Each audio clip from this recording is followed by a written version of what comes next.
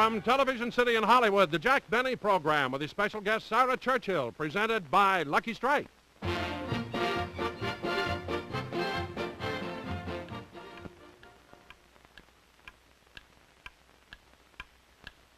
Light up a Lucky, it's light up time. Be happy, go lucky, it's light up time. For the taste that you like, light up a Lucky Strike. Relax, it's light up time. There's a time and a place for everything. And the right time for a Lucky is any time you want to enjoy a great cigarette. And the right place for a Lucky is wherever you happen to be at the time. You'll always enjoy Luckies because Luckies taste better. Lucky Strike is made of fine, naturally good-tasting tobacco. And it's toasted to taste better, cleaner, fresher, smoother. Yes, sir. Lucky's taste better. Anytime, anywhere. So right now, light up a Lucky. It's light up time. Enjoy the best tasting cigarette you ever smoked.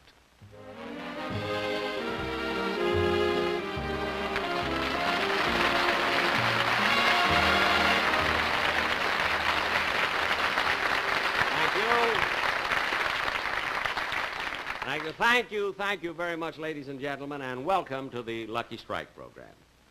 Well, here it is, the end of January, and I'll bet that all of you people, or most of you, have been doing just what I've done. I mean, every time you make out a check, you still put last year's date on it. You know, 1955. Matter of fact, yesterday was the first time that I put 1956 on a check. That was the exact price of a suit that I bought. 1956.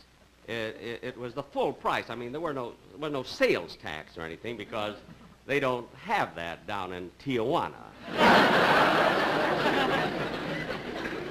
I don't know, I'm a sucker for imported things. But this suit, of course, you get the most terrific bargains in Tijuana that you've ever heard of. This suit that I bought was made out of a toreador's cape. Wonderful suit. It had 3 buttons and 4 buttonholes. That extra hole is where the bull got him. Well, so much for international trade. And now, ladies and gentlemen, to change the subject, and I'm sure I have your permission, in a few weeks from now, I'm going to England to film some television shows that are going to be done over here, going to be shown here, you see. And it's the first time that I've ever been to England to do TV shows. I've played there many, many times at the London Palladium. And, you know, I found out one thing, that when you play the Palladium in London, and I've been there many, many times, that you have to be aggressive over there, not only on the stage, but in your social activities, too, and I'm not. Like, for instance, what I mean is, like, when Danny Kaye plays in London, he gets to meet all the dignitaries and the members of Parliament, and, he meets the royal family, and they come to see him, and he's invited to Buckingham Palace, and I don't know, when Bob Hope plays there, he has lunch with the Duke of Edinburgh, and I don't know, these things never seem to happen to me. They almost happen. Almost, but not quite. Well, I'll tell you something you won't believe. The last time I played London, I was invited to have dinner at number 9 Downing Street.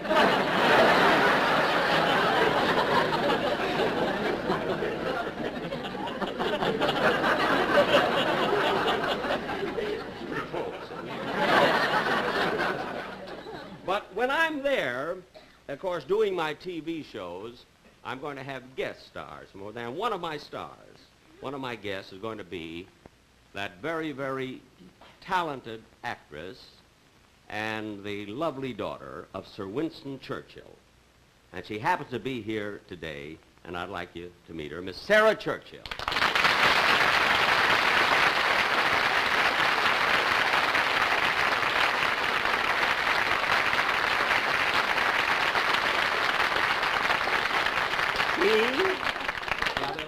Sarah, I want to tell you how very, very happy I am that you're going to be on my shows with me in London, and I hated to make you come down here, but I did want my audience to see you, you know. Jack, you know, it's my pleasure, and I've had such fun here today because everybody's been so nice to me. Oh, especially the fellow who insisted on buying me lunch. Now, there's a nice chap for you. Stout fellow. Stout fellow. I love those British expressions, you know. Oh, well, I didn't mean it to be. I was just referring to Don Wilson. Oh, yeah, you mean 16 tons. Yeah. Well, tell me, Sarah, how does your father feel about your theatrical career? I mean, does he approve? Well, yes, I think so. Well, anyway, he's always encouraged me every step of the way. Of course, it wasn't easy in the beginning because I only played such small parts and only occasionally. But, of course, in the last few years here, I've had some wonderful acting roles on television and the stage. Yes, and now you're going to be a guest in London on my television show, huh? Yes. My father wrote me the nicest note when he found out about it. Really? What did he say? Never has so much been sacrificed for so little.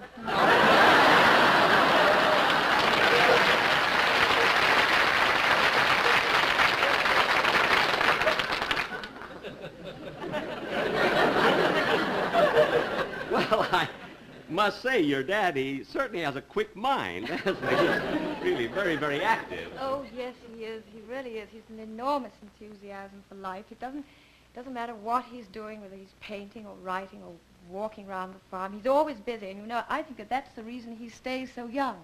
Well, that's wonderful, really. By the way, what is your formula, Jack, for keeping young? I lie a little.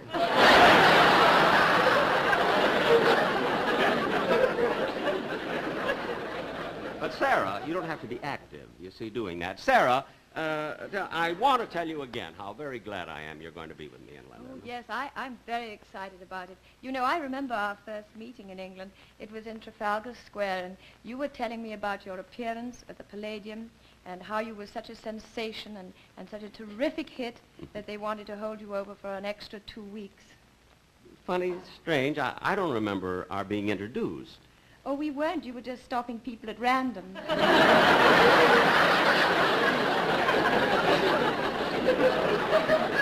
Yeah. Now I recall. Yeah. And then by some strange coincidence, I saw you again the very next evening. My father and I were looking out of the window, and we saw you going into the house next door. You know, number 9, Downing Street. That's right. I was there for dinner. Did you know the people? Oh, yes, very well. They were our help. Well, they were certainly wonderful to me.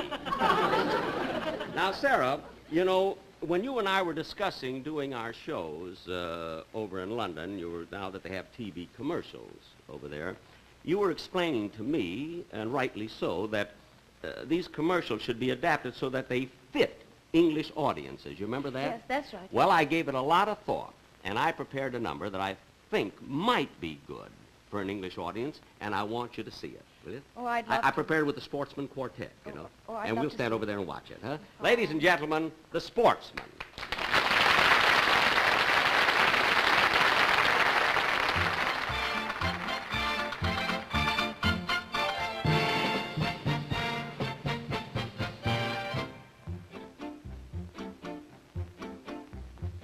Before we start, there is something you should know. It's that the characters we mention are fictitious by intention, and should there be similarity, they show to any living dog or Englishman you know. It's purely coincidental, by Jove. Mad dogs and Englishmen go out in the midday sun. The Japanese don't care to, the Chinese wouldn't dare to. The Hindus and Argentines sleep soundly from 12 to 1. But Englishmen detest a siesta. In the Philippines, they have lovely screens to protect you from the glare. In the Malay states, they have hats like plates which the Britishers won't wear. At 12 noon, the natives swoon and no further work is done. But mad dogs and Englishmen go out in the midday sun. Yes, mad dogs and Englishmen go out in the midday sun. The tough as Burmese bandit could never understand it. In Hong Kong they strike a gong and fire up a noonday gun to reprimand each inmate who's in late. In a mangrove swamp where the pythons romp, there's peace from 12 till 2. Even caribous lie around and snooze, for there's nothing else to do. In Bengal to move at all is seldom if ever done, but mad dogs and Englishmen go out in the midday sun.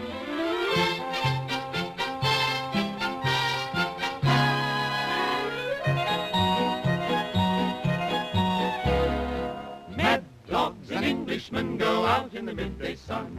But that's enough of joking, it's time to mention smoking. From Times Square to Piccadilly, Lucky's the smoke they like. It comes from Carolina, it's finer. Quite right.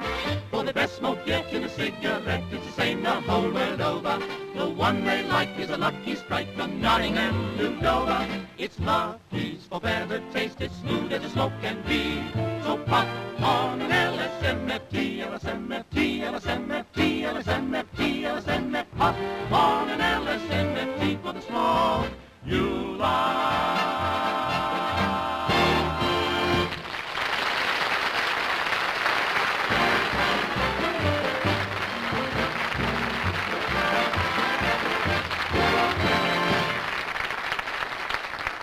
Well, Sarah, do you think that commercial would appeal to our English viewers? Huh? Well, I don't really know, Jack. So few of our mad dogs have television. Well, I can change it after we get over there a little bit. You know? By the way, just who are you taking with you to England?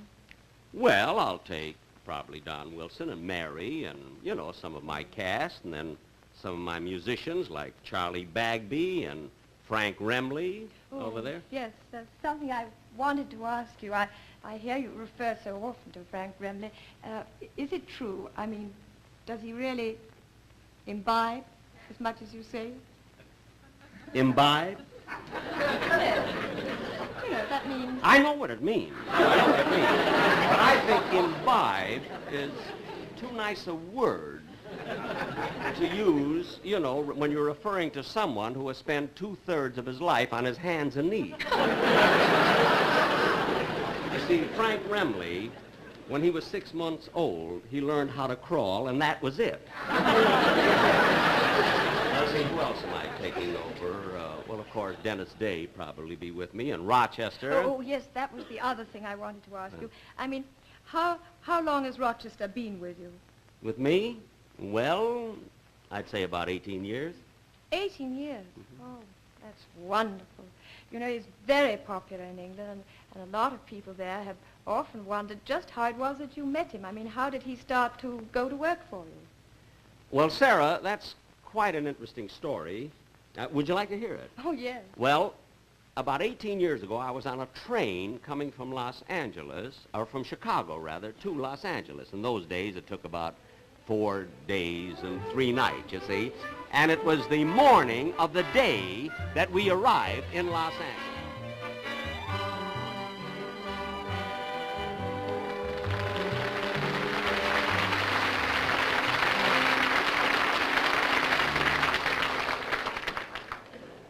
Well, Henry, what'll it be this time? High, low, draw, spit in the ocean, or Central Avenue stud? Central Avenue stud? Yeah. What kind of game is that? Everything is wild but the 3 of hearts. No kidding. Yeah, once I had 7 aces and lost.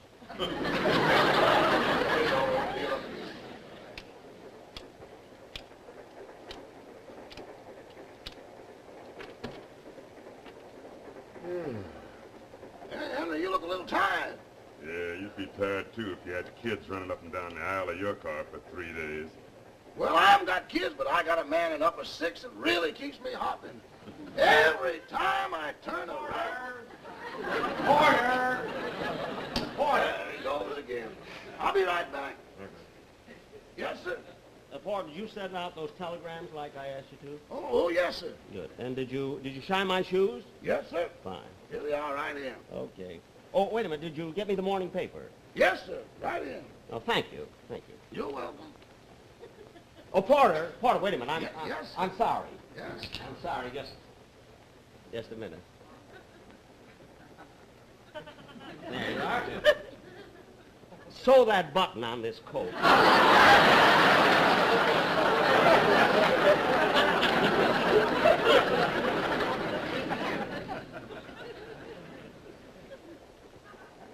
Oh, what do you want this time?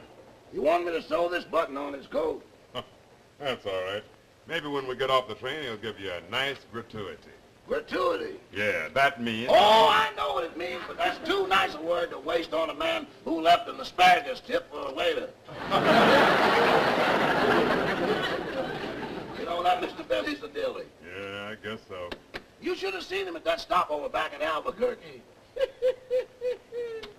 Oh, man, you should have seen him. It was real an education to see him bargaining with the Indians over those blankets. Oh, yeah? Did he buy any of them? Buy? He was selling. That's amazing. Well, where did he get the blankets? In Albuquerque. He'd buy on one side of the train and sell on the other. Oh, man, what a smooth operator. He had those Indians believing he was Chief Sitting Bull.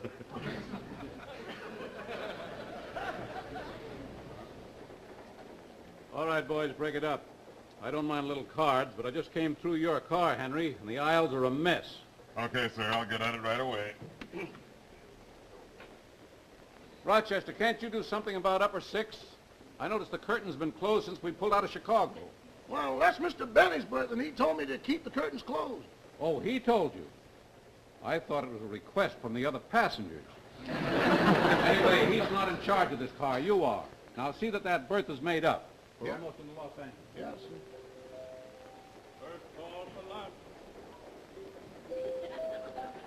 First call for lunch.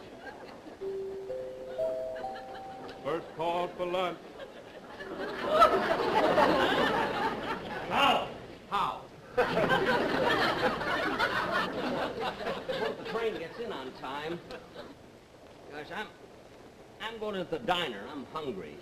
What about me? Now, you stick your big fat head in there. But, Jack, I've been hiding in here for 3 days. Now, look. You're supposed to pay all my expenses when we travel. Well, darling, I did. I bought 2 tickets, one for me and one for you. Then why do I have to hide? Because if the conductor sees you, the ticket won't be any good. You look over 12. Get back in there. And shave. Always complaining. A lovely Pullman and always complaining. Oh, Mr. Benny, now that you're out, I can make up your berth. Oh, no. No, but the conductor told me to. I've got to make it up. No, I'm sorry, but my son is still sleeping. Oh, I'm sorry, Mr. Benny, but I've got to make it up.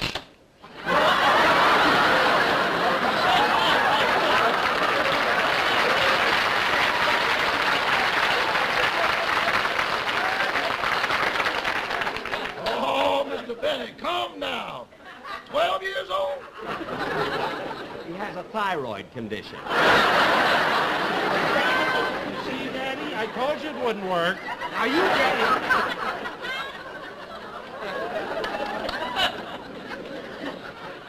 Now look. Oh, Porter, by the way, what's your name? Rochester Van Jones. Rochester? Well, that's an unusual name. Were you born in Rochester? No, Syracuse. Well, then why didn't they call you Syracuse?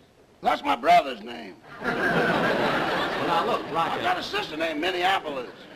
Oh, she was born in Minneapolis. No, Pittsburgh. Well, why didn't they call her Pittsburgh? That's a man's name. Well, now look, Rochester. Now, there's 8 more of us kids. You want to go No, no, I don't. There's no use making a fuss about this thing.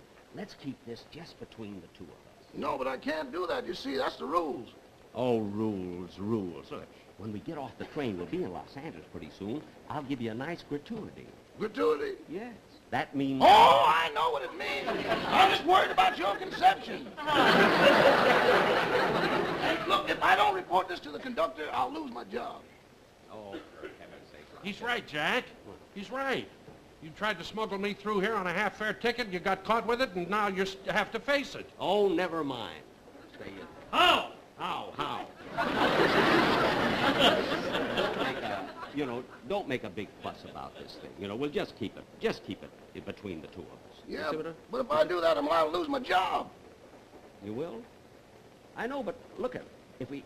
I know when we came from Chicago, see, I didn't mind it. You know, we got from Chicago, but as long as we're nearly here, then we're all right. See, we can make it up then. You know, I can pay. Well, we'll be in Los Angeles as soon as we go through that next tunnel. We're 1 hour out. Well, that's what I mean. We'll be in the tunnel pretty soon. Now, believe me, Rochester, look at it. Don't say anything to him about it, you see? And everything will work out just fine. Don't let the conductor know. We're in the tunnel now. Say, well, it might be a lot of fun putting one over on that old sourpuss. Well, of course it will. And look, and we'll keep this just between ourselves. The deal, huh? Okay, Mr. Benny, it's a deal. All right, let's shake. All right.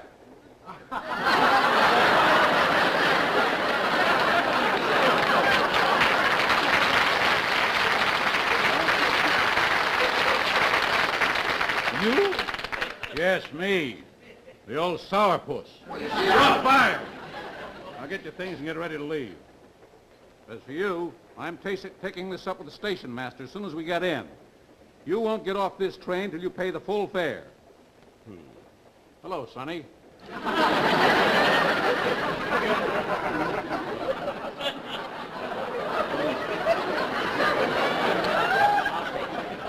Everything will be all right just as soon as we get into the...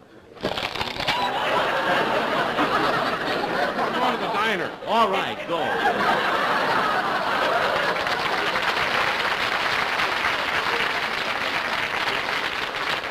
Rochester, I'm really terribly sorry about this whole thing. Oh, that's all right, Mr. Benny.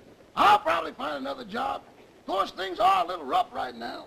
Yeah, and I kind of feel responsible for this whole thing. It's my... Say, listen, how would you like to work for me? Work for you? Yes. You know, I've always wanted a butler.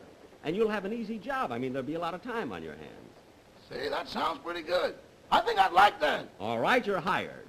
Well, before I start to work, don't you think we ought to discuss money? Well, yes. What do you think would be a fair salary? Oh, I ain't gonna get that. Let's start someplace else. Well, you see, we understand each other already. We'll get along fine. Well, anyway, we'll be in Los Angeles in about 10 minutes, so I'm going into the diner. Okay. What about me?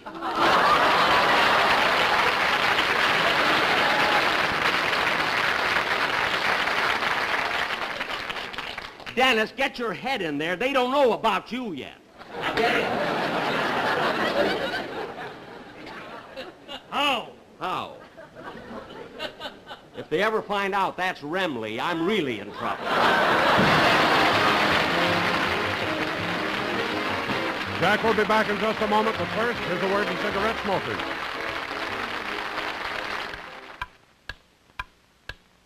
Light up a lucky. It's light up time. Be happy, go lucky. It's light up time. For the taste that you like, light up a lucky strike. Relax. It's light up time. Why is it when folks are stepping out, you so often see Luckies going along? It's just that Luckies always taste better.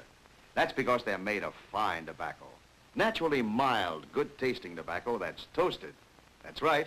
It's toasted to taste even better. Cleaner, fresher, smoother. Next time you're going out, take a pack of Luckies along with you. You'll say they're the best-tasting cigarette you ever smoked. For the taste that you like, light up a lucky strike. Right now. Light up a lucky. It's light up time.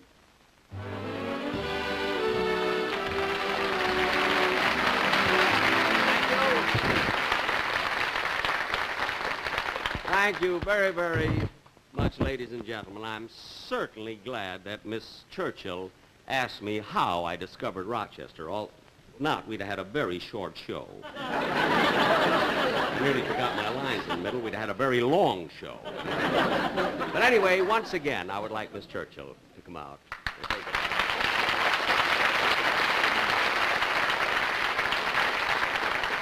Well, Jack, that was a very interesting story. It was. And it really is wonderful to think that Rochester's been with you 18 years. Yes, and he's been just wonderful working with me. But there's just something I didn't remember you telling him how much salary you were going to pay him. Well, 18 years ago, we haggled a little bit, and we finally settled it. Oh, when? Yesterday. But, anyway, I do want to thank you very, very much, Sarah, and I'm so glad we're going to be together in London, really. Oh, yes, I shall look forward to it enormously. Are you going to spend all of your time in England? No. I'll go to other places. I'll go to Paris, probably, and Rome, and Madrid. And I don't want to miss that wedding at Monaco. I'm going to that. Oh, did you receive an invitation from Prince Rainier? Well, not exactly, but when I made out the invitations, I saved one for myself. Well, thanks again, Sarah. It was lovely. Thank you, Jack.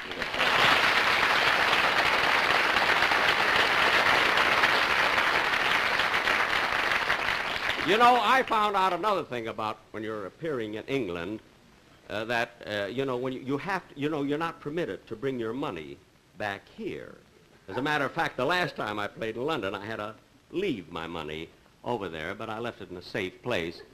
I buried it in Westminster Abbey. Most tourists go around with cameras. I carry a shovel. But as I said before, that I'm not only going to London, I'm going to be in Paris and Rome, and I was going to Venice, too, because I love Venice, with the beautiful watered streets and everything, but then I decided not to go because a few days ago we had Venice over here. Fortunately, I was very, very fortunate. I was the only one who lived in Beverly Hills who owned a gondola. I had to sing a little, but it was fun. And ladies and gentlemen, once and for all, I do want to apologize for the way I've been talking for years about Frank Remley and the boys in the orchestra. I always accuse them of carousing around and drinking and carrying on. And believe me, I only do this for a gag. It's just jokes, because they're a bunch of wonderful boys, real lovely family men, wonderful citizens, and really stalwart workers in civic affairs, And fine time for the drummer to fall off the stool. All right, boys, pick 'em up. No medication this time. See, during rehearsal, one of the rehearsals, he fell off the stool, and all the rest of the musicians hollered, "Give him an MD, an MD." I found out later that meant a bottle of Mogan David. Well, ladies and gentlemen, next Sunday, watch Aunt Southern. I'll be back in 2 weeks.